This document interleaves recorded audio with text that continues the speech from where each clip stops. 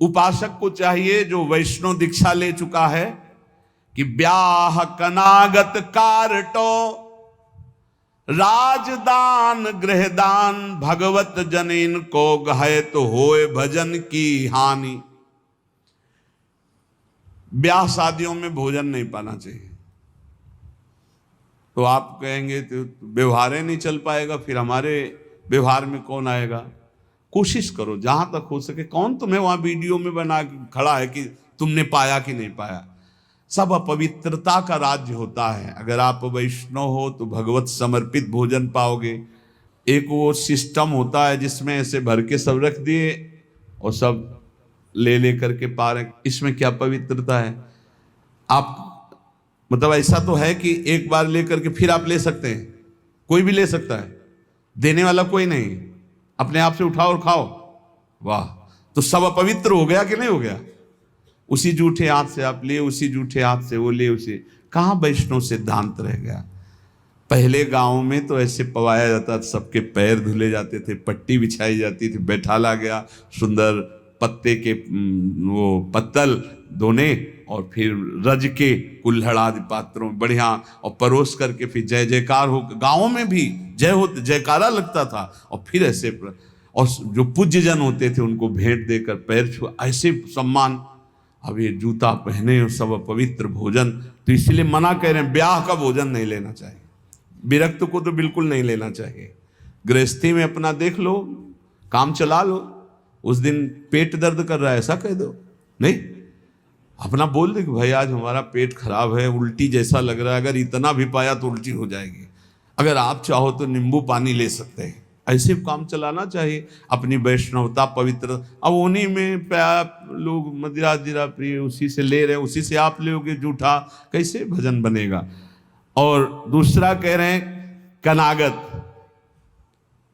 पितरों का जो पक्ष आता है उसमें जो भिक्षान पितर श्राद्ध कान ये निषेध किया गया। ये नहीं, वैसे ब्रजवासी जन देते भी नहीं, मना कर देते बाबा हमारे यहाँ श्राद्ध है, और वैसे लेना भी नहीं चाहिए, नहीं तो भजन का नाश होता है।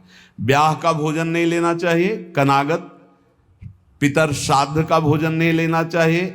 और कारटो वो जो तेरही जो शरीर छूटने के बाद वो भंडारा होता है वो वैष्णव जनों को नहीं पाना चाहिए। अब अपने घर में है तो बात अलग है, लेकिन निमंत्रण का नहीं पाना चाहिए। और विरक्त को तो पाना ही नहीं चाहिए।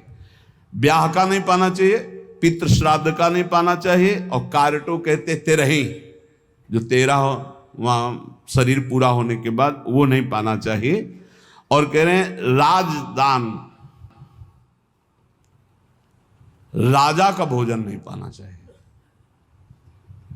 बड़े राज पदों पर विराजमान उनका प्रतिग्रह नहीं लेना चाहिए।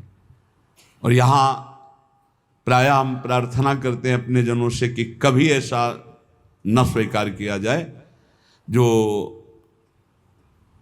साधारण नौकरी करते हैं, किसान हैं, वो 150 रुपया दे दे तो ले ले, उससे नमक दाल रोटी खाओगे तो भजन बढ़ेगा। और जो ऊंची गड्डी के चक्कर में पड़ोगे तो फिर भाव बिगड़ जाएगा, भजन नहीं होगा। राजअन्न निषेध किया गया है। राजअन्न राज प्रतिग्रह बहुत हानिकारक होता है। यहां तक कि राज दर्शन निषेध किया गया। जब महाप्रभु चैतन्य देव से कहा गया कि जगन्नाथपुरी के परम महाभागवत राजा रुद्र प्रताप जी आपके दर्शन करना चाहते, तो उन्होंने कहा हाँ यही करोगे ना, हमारा सन्यास धर्म नष्ट करोगे, अब राज दर्शन हम करें। यहां तक कि वो राजवेश से छुप करके और गोपी गीत कंठस्थ करके जब महाप्रभु को दूर से सुना तो कहा कौन महाभागवत अमृत रस बरसा रहा है। महाप्रभु ने आलिंगन किया। राज दर्शन, राज अन्न, राज प्रतिग्रह, ये इसलिए कि इससे बुद्धि भ्रष्ट हो जाती है, भजन में रुचि नहीं होती। और आगे कह रहे गृह दान, ग्रहों का दान। एक हम गृहस्थ को देखा, जब उनके लड़का बच्चा बीमार होते थे तो खीर हलवा और भेंट उसको गोद में लाते और ऐसे सामने उतारते, कहते ले बाबा एक बार गुरुजी से पूछा कि भिक्षा में जैसे, अरे बोले ले मत लेना उसमें, नहीं कभी ऐसा। देखो लोग संत महात्माओं को क्या समझते हैं, ऐसे पवाया जाता है जैसे अपने पुत्र को पवाओ। तो किस भाव से पवाते हो? बस पुत्र ने पा लिया यही सौभाग्य, संत ने पा लिया सारे अमंगल नष्ट हो गए। इसीलिए बहुत संभल के खान पान करना, जैसे कोई बीमार है उतार के, और ऐसे, या ग्रह नक्षत्रों का दान, बोले होए भजन की हानि पक्का। ब्याह का, श्राद्ध का, पितृपक्ष का, एकादश श्राद्ध का, 13वीं का, राजन्न का और ग्रहों का दान, भगवत जन इनको गाए तो होए भजन के हानि पक्का। भजन नाश हो, जो ग्रह नक्षत्रों आदि का नहीं दान पुण्य करते, बहुत होश में। घाट बाट चौपार चुरी देवल हाट मसान, भगवत बसिन सराय में भजन भड़ाई निदान। इतने जगह का भोजन नहीं लेना चाहिए, ऐसी जगह बैठ के भजन नहीं करना चाहिए। बोले घाट में जहाँ स्त्री पुरुष स्नान कर रहे हो वहां बैठकर भजन नहीं करना चाहिए। भजन नहीं होगा, उपद्रव करेगा, नेत्र चंचल होंगे। जहां स्त्री पुरुष की भीड़ लगी हो, लोग स्नान करते हो, ऐसे स्थानों पे उपासक को नहीं बैठना चाहिए भजन के लिए।